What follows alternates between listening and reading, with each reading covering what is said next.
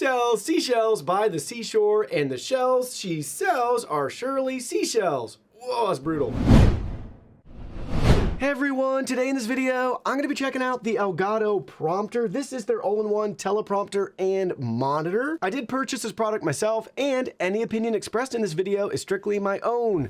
That being said, if you're interested in this product or you want to find out more about it, the link to it will be in the video description. Here's a look at the retail box and packaging. Everything looks great. They walk you through some key tech specs and features on the side as well as the back, and on the other side right here, where you can even see a nice breakout of all the product dimensions. Now let's go ahead, let's open this up and see what's inside. Here are all the contents. First up, we have some product literature with our quick start guide. Gonna walk us through everything we need to know about connecting our camera and the back plate, getting everything installed if you're gonna use Elgato's Facecam or Facecam Pro, the universal shroud. You get the idea, but everything's really detailed and thorough right there with diagrams walking you through. Next, you'll see the back plate right here and the shroud, as well as multiple setup rings in here. There's a lot of different options sorted by 82 millimeters. Look at all these. 49, 52, 55, 58. I can't read this one. 62, 67, 72, 77. So you get the idea. Quite a few mounting rings for you there. Next, you'll find our USB Type A cable to USB Type C with a 90-degree connection. And then we have two pieces of the prompter right here, the display and our mirror, as well as our camera mount. So pay attention to that yellow sticker there. That's where the camera's gonna mount. This piece is gonna go onto the back of the prompter. Now let's go ahead, let's get everything set up. We're gonna be using the Sony ZV-E10. This has a power zoom lens, so we're not gonna be able to use any of the step-up rings to fasten everything in place, but we can use the universal shroud backplate. So the first thing we have to do is remove the current backplate, which is for the Facecam Pro. It's gonna be these two screws right here. We'll go ahead and we'll just gently pull that out, and we'll set it off to the side. Next up, we're gonna take our lovely shroud backplate right here and just gently line it up. It's only gonna fit one way with this lip down at the bottom.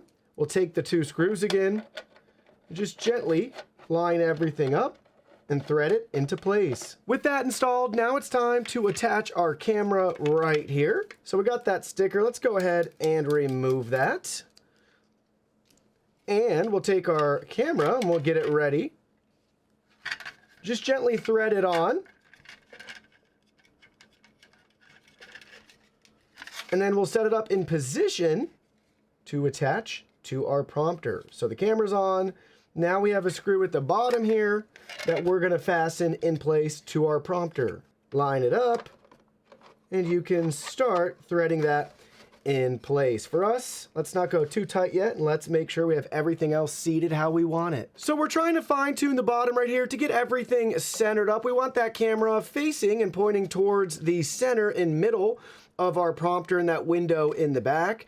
And we'll also want to move the camera forward to get it as close as possible. So I'm happy with that. I mean, I don't know any better at this point, but so far, so good. Flip it around to the back side here. Just get a feel for how we currently have everything situated. Now we're ready to take our tripod and we're gonna mount it to the prompter and fasten everything in place. Okay, not gonna lie, that's pretty sweet. I mean, take a look at that. Portable desktop prompter.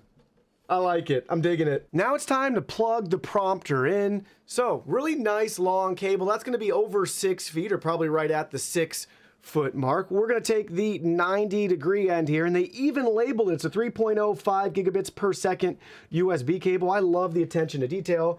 That's gonna plug into the very back of the prompter right there, and now we need to connect the other end into our computer. It's plugged in. As soon as we plugged it in, we got the Elgato logo and branding. Then it automatically pulled up another display for us here, so you'll see our Windows desktop as an extra screen. Now we have some Elgato software to download. So you'll want to install Camera Hub from Elgato's website here. You can filter software based off of your products. So in this case, Prompter, hit the download. You can sign up if you want to, or we're just going to continue with the download And now we'll be able to set up our Camera Hub software and really finalize and put the finishing touches on the prompter. All right, so we're prompted to this screen when we open up the file, hit next, accept. Oh, cool, we don't have to go all the way down. Then where do we want it? Next, and install. Got a prompt to allow it, and it's copying over the files. And there we go, hit the finish button, and we're all set. So here's what you'll see right here. The Camera Hub pulls up our prompter automatically. So we have our display, we have our content, we have a nice appearance adjustment and scrolling speed. So everything for our teleprompting software is right here that we can customize. Ready to roll the camera, whether it's a video script or talking points, Camera Hub and Prompter give you full control over your delivery. Here in text mode, Prompter automatically mirrors anything you enter onto the screen. This way you can stay on script while maintaining natural eye contact with your audience. So I'm seeing the speed's a little bit slow. I haven't made any adjustments yet. We could definitely go a little bit faster than the 25%. Let's read another paragraph. With its familiar interface, Camera Hub makes it easy to organize your text. Paste in text or enter it as you go. Add emojis, bullet points, and line breaks. Separate content into readable chapters. That's what we're doing right here. Once your text is entered, adding formatting to make it easy to read.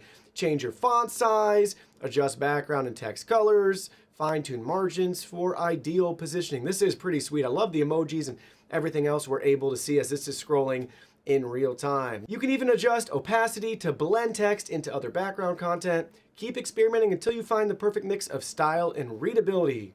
When you're done formatting, test out Prompter's controls. Adjust scroll speed to match your speaking pace, skip ahead or jump back chapters, pause between chapters, or scroll seamlessly. This is the part I'm excited for. Got a Stream Deck? You can even control Prompter with a key press, a dial turn, or a tap of your foot. Okay, now how about some fun? Before you present, let's sharpen your skills with some tongue twisters. These challenging phrases can help you read and speak like a pro. I'm not sure I'm ready for this, but I love seeing on the software too in real time. Goes down paragraph by paragraph for us. Oh gosh, these are gonna be brutal. My editor might need to blur some stuff out depending on how this goes. She sells seashells by the seashore, and the shells she sells are surely seashells. Whoa, that's brutal. How much wood could a woodchuck chuck if a woodchuck could chuck wood? As much wood as a woodchuck could chuck if a woodchuck could chuck wood. Hey, not too bad there. How'd you do? See how fast you can go without losing clarity. We're all done. That's good enough for us. So, pretty sweet though, guys. That's the prompter. I just read the default text. Get a feel for the eye contact here, how everything's gonna look through there as we're reading that in real time. Pretty sweet. Now with that little bit of fun out of the way, let's dive into the software in a little bit more detail. Obviously, everything you want to type out and write, your scripts, all that can go right here, and you can browse paragraph by paragraph, which is pretty neat. So get that exactly where you want it. You'll notice it's changing on the prompter. And then obviously we can adjust brightness. We can choose what we want. So display, would you rather have it just be a display and put whatever you want from your other windows on your computer there? Do you want to go to the text? Do you want to do chat beta? So if you're streaming, this will pull up your chat and you can look directly at the camera without having to read it off to the side. And you can add your channels here, right? There's your Twitch channel and you can do that right there. Also further down, you can adjust the appearance.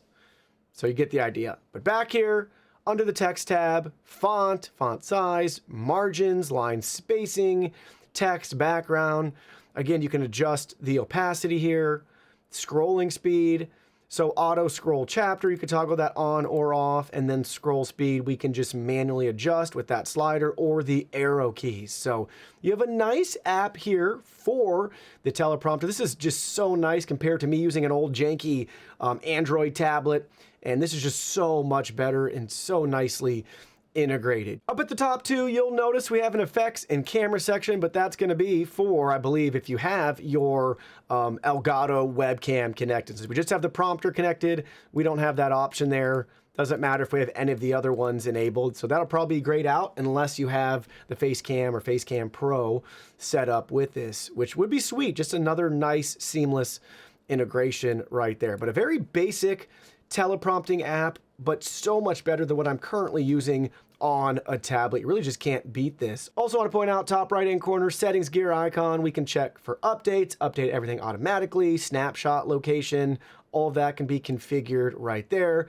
I didn't mention this, but down at the bottom, we have basically our play button or our fast forward or rewind. And then you'll see down here, we can keep adding new paragraphs. So that's how you can do all that right there and just go to each paragraph as you see fit, as your script calls for. And lastly, we have it on display mode, and I went ahead and I dragged a web page over to our prompter here that you'll be able to see, you guessed it, the prompter from Elgato's site up on the display. So drag and drop, really easy to grab what you're looking for and put it right on that screen. Now what's interesting is I think it'd be cool on the software if we could see a live preview of that display right here. Maybe they could add that in the future. I'd love to see this built out even more with lots of features I hadn't even thought of, but I'm thinking right now that would be cool to also have the display within the software too, so I could see it looking at it off camera or looking at it on the prompter, if that makes sense. So I'd like to see that added here in the future. But that's pretty cool that we can have that overlaid with our camera. But wait, there's more. I have the Stream Deck and the Stream Deck pedal. They're gonna follow the same setup instructions here where you can basically add different prompter scenes and controls. So in this case, you'll notice I dragged over prompter control and we can choose to play, pause, scroll, or select with the icon here. So that's gonna be our leftmost pedal for us. So we're gonna have that be play, pause, but again, they have lots of other options on here. So just for fun, let's push that. And what do you notice? The prompter's moving, right?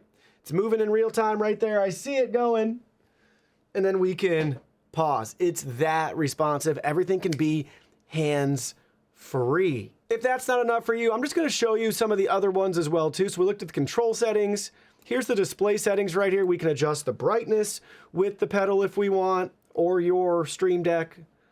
We have content settings here for the prompter. So chat, display, or text, and you can choose 2 states there.